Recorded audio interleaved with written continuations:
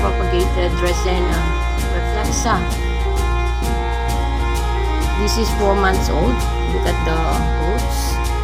It's growing well, but the leaves are restricted because it's only grown in water. So plants grown in water have restricted growth.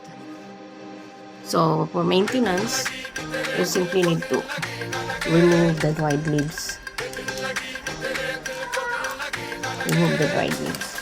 So if you want to grow this one taller or larger, you need to transplant it into a container with soil so that it will grow to its maturity.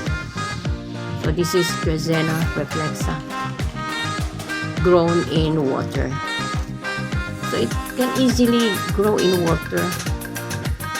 It will still grow roots, so many roots, as you see.